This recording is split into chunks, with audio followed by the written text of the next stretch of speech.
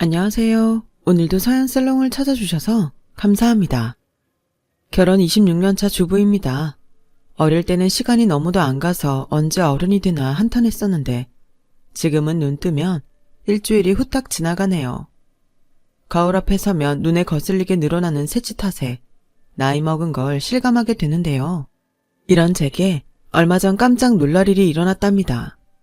제 인생에 있어서 기적이라고 해도 과언이 아닐 만한 일이라서 모처럼 사연을 보내게 되었습니다. 저는 편모스라에서 자랐어요. 친부의 얼굴은 기억조차 안 날 정도로 어릴 때부터 아빠 없이 자랐죠. 원래 없던 아빠라서 그리운 줄도 모르고 자랐네요. 그러다 국민학교에 들어가고 얼마 안 된 어느 날 제게도 아빠가 생겼지 뭐예요. 하루아침에 하늘에서 뚝 떨어진 것 같은 아빠의 존재에 어색하기만 했던 것도 잠시 새아빠와 금세 정이 들어버렸어요. 아빠의 정을 모르고 자란 저에게 새아빠는 무척이나 다정하셨거든요. 밖에 나갈 때면 늘 제 손을 꼭 잡고 가시고 때때로 넓은 등에 저를 업어주시기도 했어요. 놀이동산에 데려가 목마도 태워주시고 무엇보다 제 친구들 앞에서 자신을 유정이 아빠라고 말해주셨거든요. 그리고는 우리 유정이랑 사이좋게 지내야 한다. 이러시면서 친구들에게 과자랑 아이스크림도 한알음 안겨주셨어요. 친구들이 학교에서 저 대신 저희 아빠 자랑을 해주는 걸 보고 텅 빈 것 같던 마음이 빵빵하게 부풀어 오르더라고요. 내게도 아빠가 있다는 사실에 자신감도 생겼고요. 새아빠는 건설 쪽 일을 하셨는데 전국을 돌며 하는 일이라서 출장을 가시는 날이 많았어요. 떨어져 지내는 날이 많아서 그런가 새아빠가 집에 오시는 날은 잔칫날 같았어요. 엄마는 아침부터 음식을 하느라 분주했고 저는 저대로 새아빠한테 드릴 꽃종이며 편지를 쓰기 바빴죠. 그리고는 집 앞에 나가 새아빠가 오기를 기다렸어요. 골목에 들어서는 발자국 소리만 들려도 벌떡 자리에서 일어나 고개를 쭉 빼고 눈으로 아빠를 찾았죠. 한참을 그렇게 앉아있으면 엄마가 나와서 저를 데리고 들어가곤 했답니다. 네가 밖에서 그러고 있으면 아빠가 걱정하셔. 그러니까 얌전히 집안에서 기다려. 아빠 곧 오실 테니까. 조금이라도 먼저 새아빠를 보고 싶은 마음에 집안에 있으면서도 신경은 온통 현관문을 향해 있었어요. 당장이라도 선물 꾸러미를 가득하는 새아빠가 그 문을 열고 들어올 것만 같았거든요. 새아빠를 기다리다 선잠이 들어 꾸벅꾸벅 졸고 있는데 꿈결처럼 새아빠 목소리가 들렸어요. 그런데 새아빠 목소리와 함께 엄마가 흐느끼는 소리도 함께 들리더라고요. 엄마 울음소리만 아니었다면 당장 눈을 뜨고 일어나 아빠한테 매달렸을지도 몰라요. 하지만 그때는 그러면 안 될 것 같더라고요. 엄마가 울고 있었으니까요. 아빠의 부재로 어릴 때부터 주위 눈치를 보는 게 익숙했던 저로서는 그 순간 내가 어떻게 처신해야 하는지 잘 알고 있었거든요. 그렇게 눈도 뜨지 못한 채 저는 그대로 잠이 들어버렸고 다음날 눈을 떠보니 아빠는 계시지 않았어요. 새아빠를 찾아서 온 집안을 살피는 제게 엄마가 그러셨어요. 아빠가 급한 일이 생겨서 잠깐 들렀다 가셨어. 아무리 일 때문이라지만 그동안은 한번 집에 오시면 적어도 3, 4일은 내리 지내다 가시곤 했기 때문에 서운한 마음은 어쩔 수 없었어요. 제 방 책상 위에는 새아빠가 놓고 가신 제 옷과 구두 선물이 놓여 있었어요. 그 선물은 제가 새아빠한테 받은 마지막 선물이었죠. 그날 이후 새아빠는 집에 오지 않았거든요. 제가 나이가 들면서 어려움푸시 사정을 눈치채게 되었어요. 새아빠는 가정이 있는 사람이었다는 걸요. 출장을 떠난다고 했지만 실은 본처에게 출장을 핑계로 저희 집에 드나드셨던 거였겠죠. 새아빠가 떠난 이후로 저는 아빠에 대한 그리움이 더욱 커졌어요. 원래 없는 것과 있다가 없는 건 하늘 땅 차이였거든요. 이렇게 금방 사라질 아빠라면 차라리 처음부터 생기지나 말지. 그때는 야속한 마음에 제게 온전한 아빠를 주지도 못하는 엄마가 밉더라고요. 제가 이런 마음을 가져서 그랬던 걸까요? 제가 중학생이던 무렵 엄마는 세 번째 아빠를 집에 데리고 왔어요. 세 번째 아빠는 이전 아빠와는 달리 인상도 안 좋고 저를 귀찮아했어요. 정확히는 제 존재 자체가 거슬렸던 거겠지만요. 세 번째 아빠는 입이 거칠고 기분이 순식간에 변하는 사람이었는데 한번 화가 나면 집안 살림을 부수고 엄마한테도 손을 댔죠. 사람이 아닌 것처럼 횡포를 부린 다음 날에는 자리에 누워있는 엄마한테 직접 밥까지 지어다 바치면서 하루 종일 살갑게 굴곤 했어요. 물론 저한테도 마찬가지였죠. 지갑에서 10,000원짜리 몇 장을 꺼내 제 손에 쥐어주면서 지난번과 같은 일은 다시는 없을 거라고 말했어요. 하지만 그 말은 지켜지지 않았어요.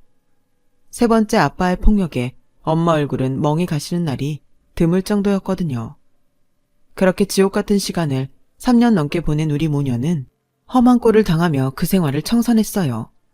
하루는 수업을 마치고 집에 왔더니 웬 우악스러운 아주머니 몇 명이 집안 살림을 부수고 저희 엄마 머리채를 잡고 있더라고요. 이년아, 남의 서방 꼬셔서 데리고 사니 좋았냐? 어디 할 짓이 없어서 서방질을 해. 꼴에 반반한 얼굴 가지고 남자 홀려서 사는 모양인데 이참에 내가 그 얼굴 확실히 밟아주마. 악에 바친 아주머니는 발길질을 해가며 욕을 퍼부었어요. 책가방을 던지고 달려들어 엄마를 감싸 안고 나서야 아주머니는 발길질을 멈췄어요. 이미란 년이 잘하는 짓이다. 딸년 앞에서 이런 꼴도 당하고. 야, 너도 네 엄마 꼴 똑똑히 봐둬라. 남의 남편 탐내면 이렇게 되는 거야. 너도 조심해. 까딱했다간 너도 네 엄마처럼 된다. 우리 모녀가 부둥켜 안고 우는 꼴을 보고서야 아주머니들은 씩씩거리며 돌아갔어요. 집안 곳곳은 부서지고 널브러진 살림살이로 어지러웠어요. 그걸 보니 꼭 망가진 엄마와 제 인생 같더라고요. 그러자 더는 이렇게 못 살 것 같았어요. 엄마, 우리 이사 가자. 아무도 모르는 데로 이사 가서 엄마랑 나 둘이서만 살자고. 나 아빠 필요 없어. 그딴 거 트럭으로 갖다 줘도 싫다고. 굶고 살아도 좋으니까 더는 이렇게 살지 마. 엄마, 제발 부탁이야. 저는 그동안 엄마가 상처받을까봐 한 번도 내뱉지 못했던 말을 울면서 뱉어냈고 엄마는 한참을 소리 숙여 흐느끼셨어요. 그렇게 엄마와 저는 살던 곳을 떠나 서울로 올라왔고 과거에 알고 지내던 사람들과 연락도 끊었어요. 새로 터를 잡은 곳에서까지 엄마의 과거가 알려지는 게 두려웠거든요. 방 한 칸짜리 좁은 집에서 엄마와 둘이 살게 된 저는 오히려 이전에 살던 큰 집보다 더 마음이 편했어요. 엄마는 옷공장에 취직해 미싱사로 일하셨는데 실력이 좋았는지 금세 적응을 하시더라고요. 알고 보니 결혼 전에 공장에서 미싱사로 일했다고 하더군요. 공장 일은 고되고 일하는 시간도 길었지만 그에 반해 월급은 얼마 되지 않았어요.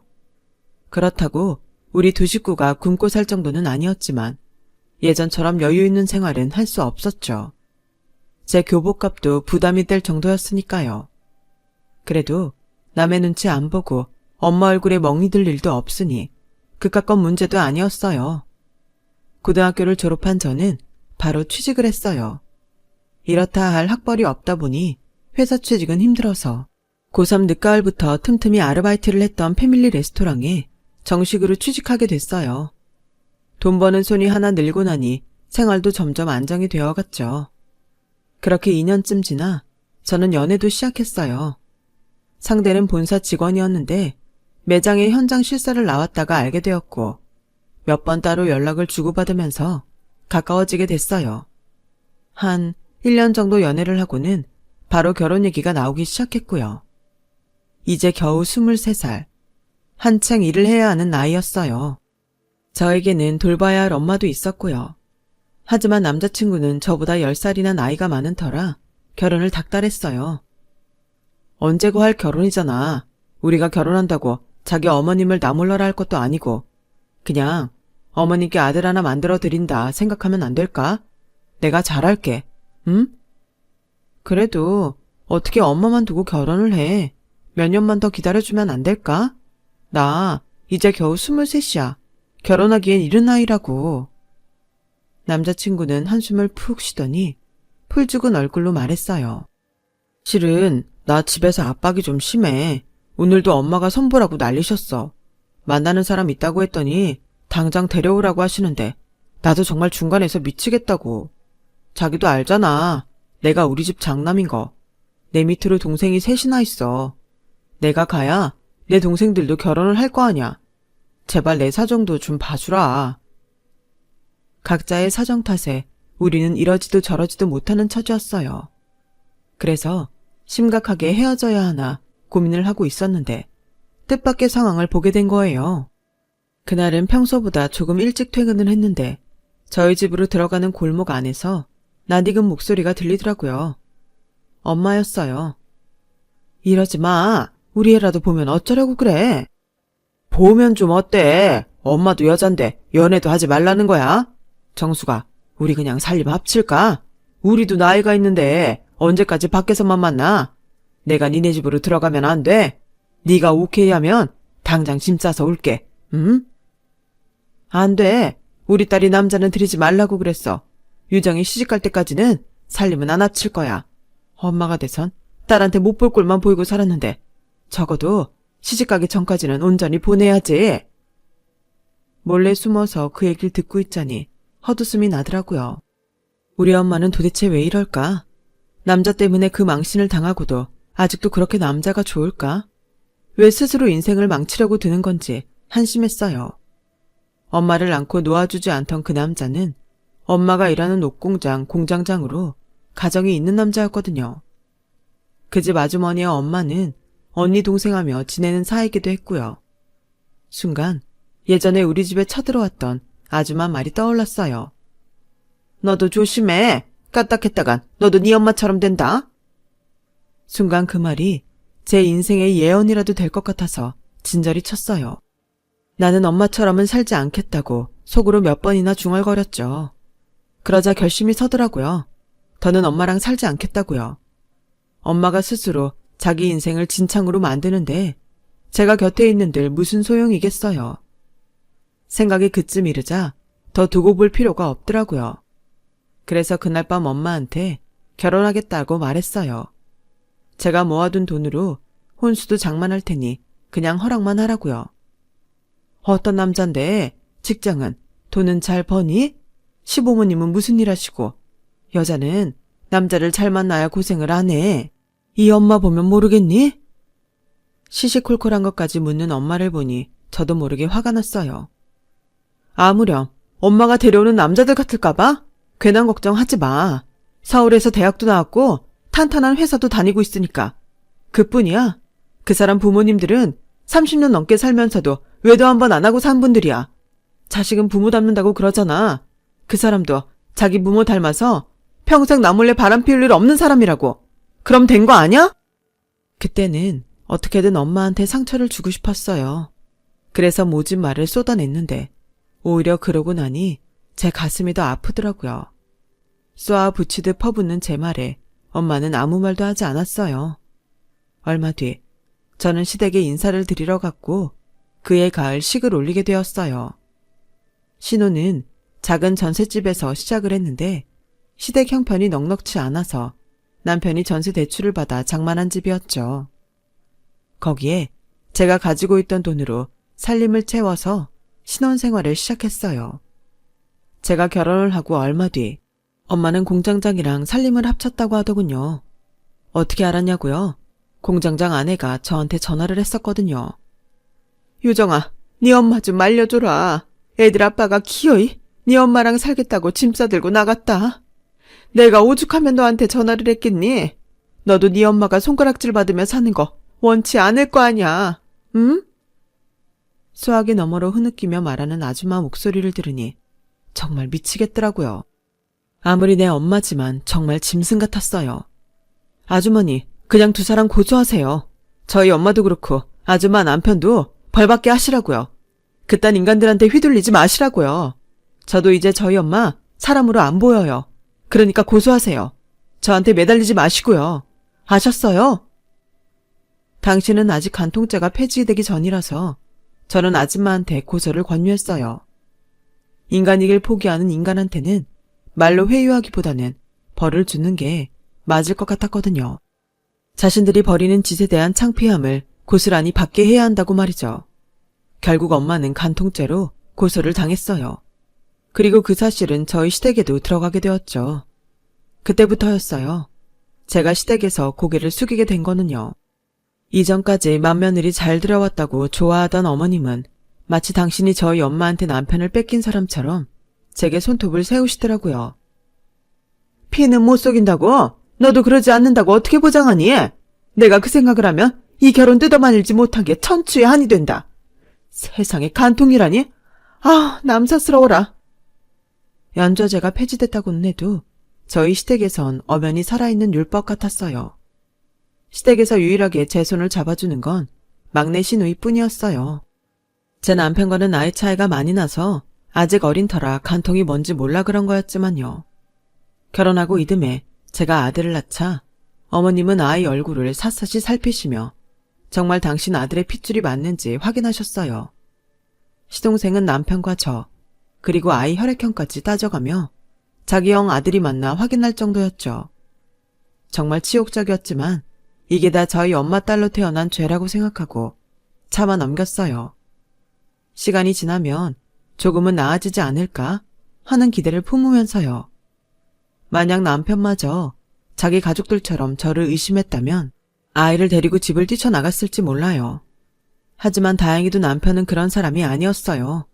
오히려 제가 지고 살아온 인생의 굴레를 나눠주려고 하는 사람이었죠.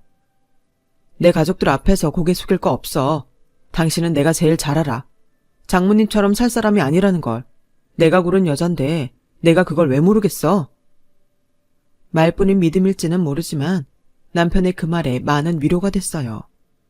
세상에서 유일하게 내게 쉴 그늘을 내어주는 사람이 날 믿는다면 그걸로 됐다 싶었거든요. 그 믿음으로 견뎌나갔어요.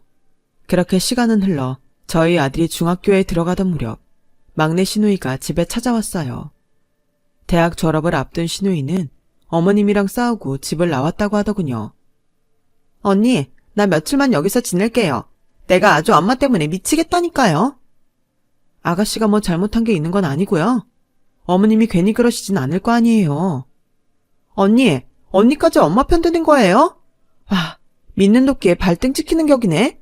그래도 난 우리 집에서 언니한테 제일 잘하는데 언니는 어쩜 이러냐? 정말 서운해요.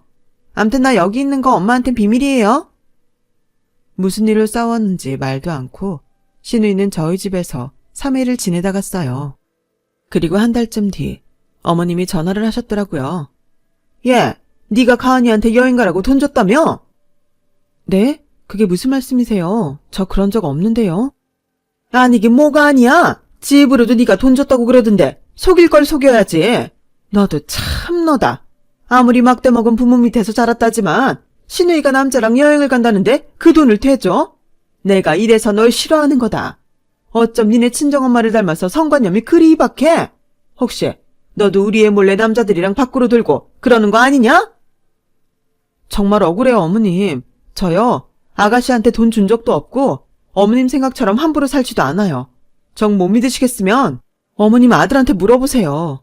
그리고 이제 제 친정엄마 얘기는 그만 좀 하시면 안 돼요. 저 그이랑 결혼해서 산 지 15년도 넘었어요. 그 긴 세월 동안 그만큼 하셨으면 됐잖아요. 언제까지 저한테 이러실 거냐고요. 서운한 어머님 말씀에 그동안 쌓였던 감정이 복받쳐 올랐어요.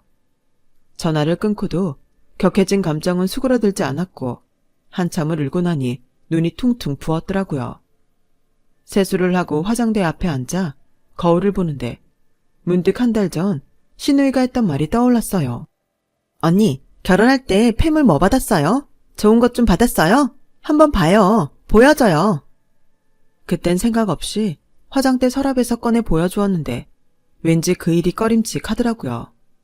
결혼 당시만 해도 저를 무척 예뻐하셨던 어머님은 없는 살림에 폐물은 제대로 해주고 싶으시다고 저를 데리고 종로에 있는 금은방에 데려가 직접 사주셨어요. 살림이 어려울 때마다 팔아서 쓸까 고민을 했었지만 유일한 어머님의 마음이다 생각하니 그러기 쉽지 않았어요. 그래서 폐물만큼은 간직하고 있었더랬죠. 어머님이 제게 야속하게 구실 때에도 폐물함을 열어보고 참곤 했을 정도로 제게는 특별한 거였어요. 혹시나 하는 마음에 서랍을 열어 폐물함을 열었는데 없는 거예요. 아무리 뒤져봐도 흔적조차 없었어요. 그래서 신우이한테 전화를 했더니 언니 미안. 나도 어쩔 수 없었어요. 엄마가 돈을 안 주는데 어떡해요? 나중에 내가 더 좋은 걸로 사줄 테니까 용서해 주세요. 아가씨, 아무리 그래도 그걸 팔면 어떡해요? 나한테 그게 어떤 건데? 내 폐물까지 팔아서 남자친구랑 여행을 갔던 신우이는 얼마 뒤 그 남자랑 헤어지고 이듬해 선을 봐서 결혼을 했어요. 재미교포였던 남자를 따라 결혼 후 미국에서 살게 된 신우이는 1년에 한두 번 정도 연락을 할까 말까 한 사이로 지내게 되었고요. 그런데 지난해 겨울 느닷없이 신우이가 집으로 찾아온 거예요. 오랜만에 본 신우이는 철없이 발랄하던 모습은 어디 가고 세상 다 산 사람처럼 축 처져서 왔더라고요. 어머 아가씨, 연락도 없이 웬일이에요? 언니, 나 좀 쉬고 싶어요. 저 여기 온 거 엄마한테는 말하지 마세요. 오빠한테도 그렇게 전해주시고요. 커다란 캐리어에 스티커며 택이 그대로 붙어있는 걸 봐서는 공항에서 바로 저희 집으로 온 것 같았어요. 분명 무슨 사연이 있는 것 같았지만 다 죽어가는 사람을 붙들고 물어볼 수는 없겠더라고요. 그래서 일단 잘자리를 봐주고 방문을 닫아주었죠. 남편한테도 신우이가 온 사실을 비밀로 하라고 말했고요. 다음날 남편이 출근을 하고 애도 학교에 보낸 뒤 조용히 신우이가 자는 방으로 갔어요. 밤새 얼마나 울었는지 눈이 퉁퉁 부어있더라고요. 신우이를 깨워서 평소 신우이가 좋아하던 미역국과 불고기로 상을 차려 주었더니 입맛이 없다고 하면서도 밥 한 그릇을 뚝딱 해치우더라고요. 그리고는 그제야 좀 살겠는지 여기에 온 이유를 말해주었어요. 그 사람한테 여자가 있더라고요. 결혼하고 몇 달 안 돼서 알았어요. 그런데 남편이 하도 빌고 다시는 안 그러겠다고 약속을 해서 눈 딱 감고 살았는데 얼마 전에 그 여자가 찾아왔더라고요. 그동안 남편이 두 집 살림을 해온 거 아냐고. 자기한테는 애도 둘이나 있다고요. 언니도 아시잖아요. 저 애가 안 생겨서 고생했던 거. 근데 내가 문제가 아니라 그 사람이 수술을 받았던 거더라고요. 언니, 나 이제 어떡해요? 저를 끌어안고 서럽게 우는 신우이를 보니 제 가슴이 다 무너지는 것 같더라고요. 비록 제 폐물까지 훔쳐갔던 철없는 신우이였지만 다른 시댁 식구들과 달리 제게는 늘 살갑게 굴었던 터라 정이 많이 들었거든요. 마치 제 친동생처럼 말이에요. 그런 신우이가 몹쓸 인간을 만나 고생한 걸 생각하니 억장이 무너지고 우라가 치밀었어요. 그리고 문득 오래전 제게 전화를 했던 엄마 내연남의 부인이 떠올랐어요. 그때 그분도 신우이와 같은 심정이었겠구나 생각하니 착잡하더라고요. 아가씨, 뭘 걱정해요. 아가씨는 아직 젊고 예쁜데 뭐하러 그런 시궁창에 빠져 살아요. 아가씨가 버리세요, 그런 인간. 버리고 그동안 아가씨가 속은 세월 돈으로 보상 받으세요. 그래서 보란듯이 펑펑 쓰고 사세요. 아가씨 남편 돈 많다면서요. 그 돈으로 편히 살라고요. 그게 복수하는 거예요. 어떻게 변호사 한번 알아볼까요? 아, 미국에서 변호사를 사야 되나? 그럼 나랑 같이 미국 가요. 가서 그 개놈의 새끼 쌍판떼기에다가 침 뱉어주고 오자고요. 알았죠? 언니가 그런 말도 해요? 살고 볼 일이네. 좋아요, 이혼할게요. 언니 정말 미국에 같이 가서 침 뱉어줄 거죠? 약속 지켜야 돼요. 알았다니까요. 내가 아주 가래침으로 뱉어줄 거야. 얼마 뒤 신우이는 이혼을 했어요. 위자료도 듬뿍 받았고요. 하지만 침 뱉어주겠다는 약속은 지키지 못했어요. 신우이 혼자 미국에 가서 일 처리를 하고 왔거든요. 이혼을 한 신우이는 돈으로 작은 건물을 하나 샀어요. 그 건물 1층에 커피 전문점도 차렸고요. 사람을 상대하는 일을 해서 그런가 얼굴이 많이 펴졌더라고요. 그런데 며칠 전에 가게로 저를 부르더라고요. 언니, 이거 받으세요. 예전에 내가 언니 결혼팸을 팔아먹었잖아요. 그거 갚으려고요. 신우이는 보석 상자를 내밀었어요. 상자를 열어본 저는 깜짝 놀랐어요. 시어머니한테 받았던 폐물은 고작 사파이어 세트였는데 신우이가 돌려준 건 알도 크고 예쁜 다이아 세트였거든요.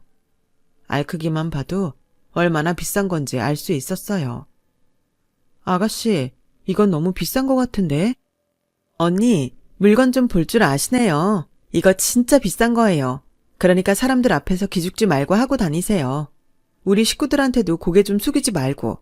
이런 비싼 보석 선물하는 시누이가 언니 백인데 고개를 왜 숙입니까? 안 그래요? 시누이의 그 말에 눈물이 났어요. 어릴 때부터 떳떳하지 못한 엄마 때문에 고개를 숙이는 게 버릇이었던 제게 어떻게 이런 멋진 백이 생겼을까요? 40대 끝자락에 만난 기적 같은 순간 덕에 지난 세월의 서름이 조금은 가시는 것 같습니다. 그래서 인생은 살아볼 만한 건지도 모르겠네요. 앞으로 희망이라는 걸 다시 가지고 내 가족과 더 잘 살아보려고 합니다. 지금까지 제 사연을 들어주셔서 감사합니다. 소중한 가족들과 항상 행복하시길 진심으로 바랍니다. 여러분, 사연 댓글에 응원과 현명한 조언 부탁드려요. 좋아요와 구독은 저에게 큰 힘이 됩니다. 오늘도 좋은 일 가득하세요.